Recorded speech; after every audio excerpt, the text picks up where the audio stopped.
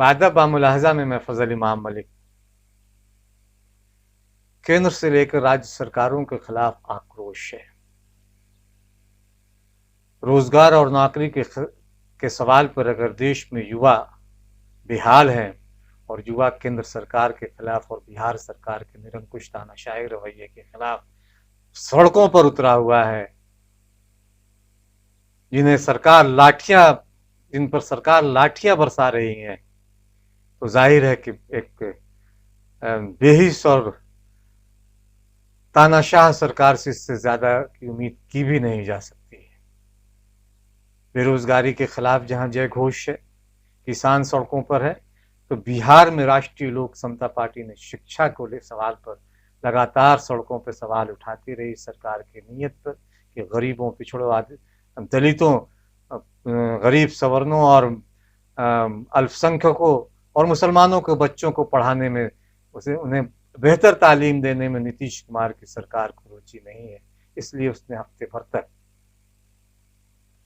पूरे प्रदेश में अलग जगाने का काम किया और लोगों को के बीच जाकर ये कहा कि सरकार की इस निरंकुश पे इस सरकार को जो शिक्षा विरोधी है, तालीम विरोधी है, बच्चों के भविष्य से खिलवाड़ कर रही है, जिसके शासनकाल में कई तरह के शिक्षा घोटाले हुए, उसे वोट देने से पहले एक बार ये जरूर सोचे कि हम बेहतर शिक्षा के सवाल पर वोट देंगे। बादब बामुलाहजा में हम इस पे बात करें। इससे पहले एक गुजारिश, एक निवेदन है कि अगर अभी तक आपने बादब बामुलाहजा को सब्सक्राइब नहीं किया तो इसे सब्सक्राइब करें, लाइक करें और ज्यादा से ज्यादा शेयर करें, क्योंकि ये एक स्वतंत्र आवाज है। ये आपकी आवाज है जो सत्ता में बैठे हुक्मरानों, प्रशासन में बैठे बेहिस नौकरशाहों और उन तमाम लोगों के खिलाफ जो आम लोगों के जिंदगी से उनके अधिकारों को छीनने में की कोशिश में लगा है, उसके खिलाफ आवाज बुलंद करता है और करता रहेगा।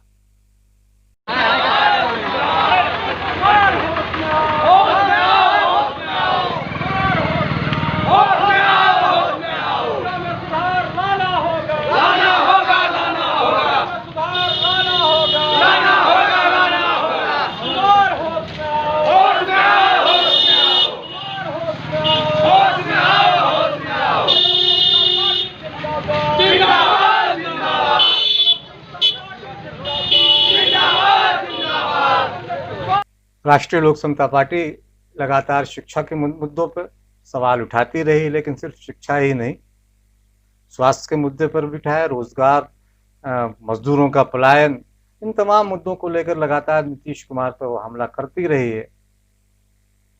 लेकिन शिक्षा, चूंकि तालीम एक किसी के जीवन में बदलाव लाने के लिए एक बड़ी चीज होती है, अगर बेहतर तालीम मिले तो उसे बेहतर नौकरी मिलेगा और फिर उसका घर आंगन खुशियों से महकेगा। किसी भी गरीब के घर आंगन में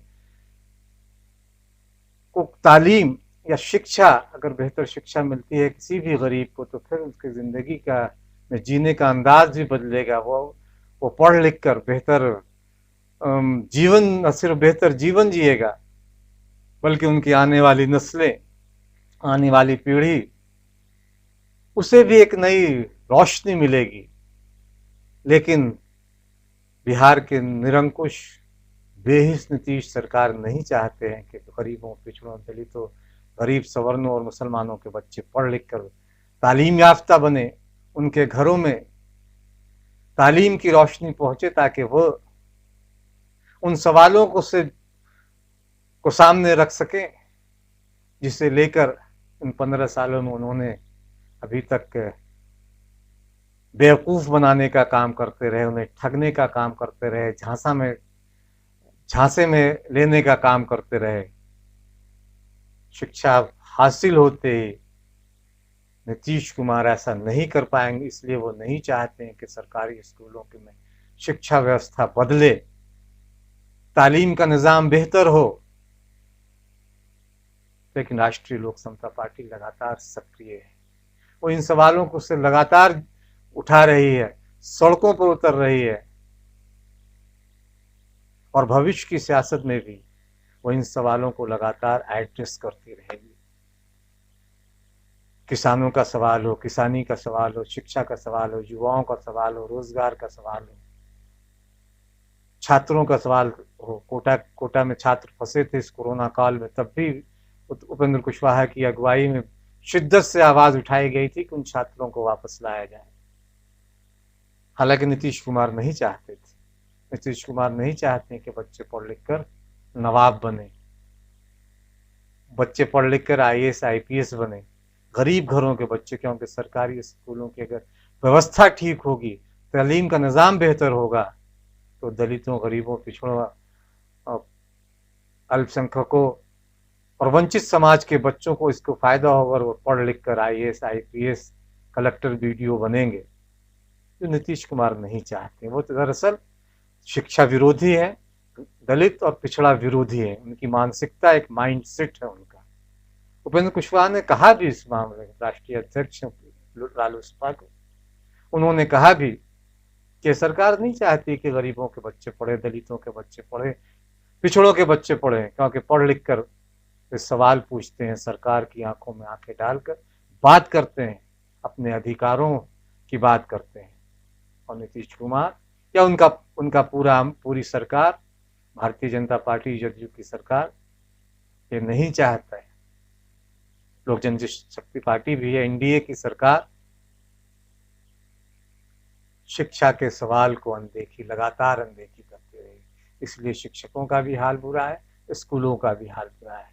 पार्टी के राष्ट्रीय उपाध्यक्ष शंकर झा आजाद का मानना है कि शिक्षा के जरिए ही बिहार में बदलाव लाया जा सकता है, बेहतर तालीम के जरिए ही बिहार को बदला जा सकता है। विकास की बातें कागजी हैं। बिहार के विकास को लेकर जो कुछ भी कहा जा रहा है वो सिर्फ अखबारों और विज्ञापनों तक ही सीमित है। सच तो ये है कि स्कूलों का जो हाल देख रहे हैं, निजी शिक्षण संस्थाओं को जिस तरह से ये सरकार बढ़ावा दे रही है,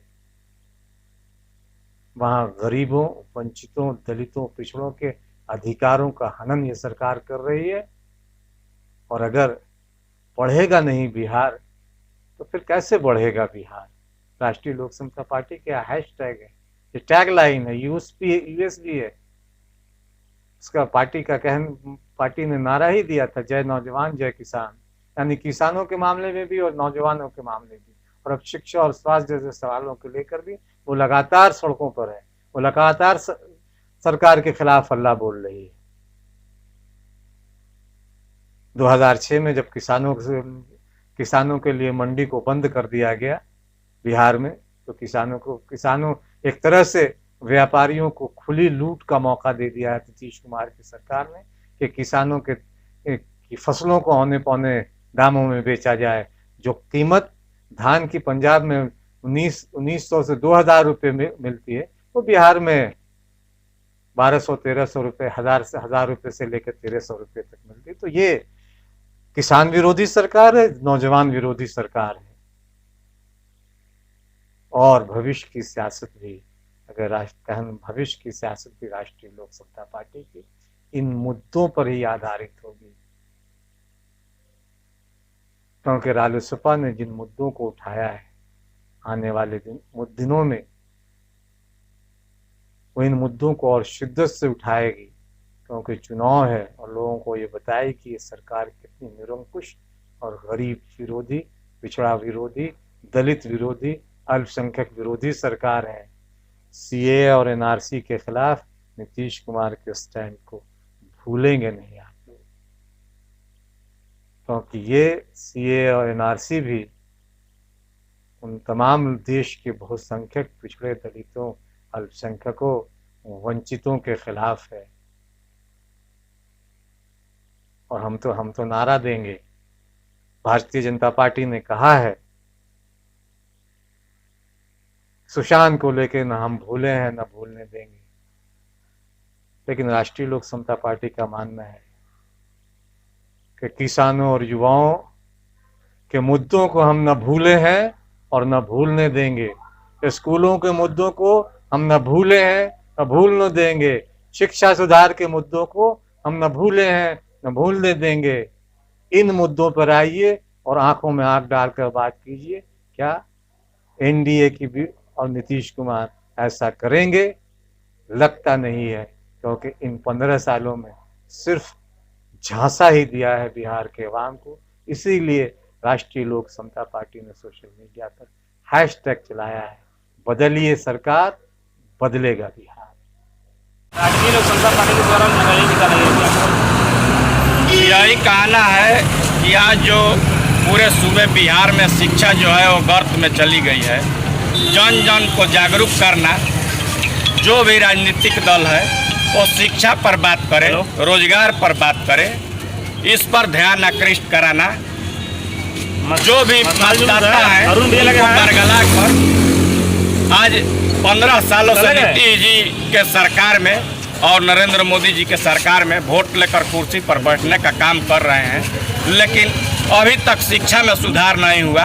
और जब तक शिक्षा नहीं सुधरेगा तब तक गरीब के बच्चे जो हैं वो पढ़कर डॉक्टर इंजीनियर नहीं बनेंगे।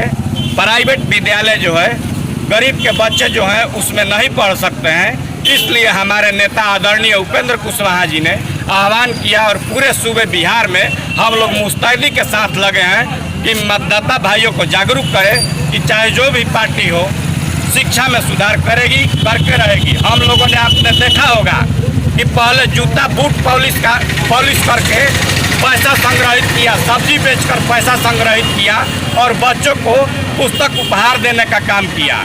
मानव कतार लगाया आदरणीय उपेंद्र कुशवाहा के आह्वान पर हम लोगों ने वो किया।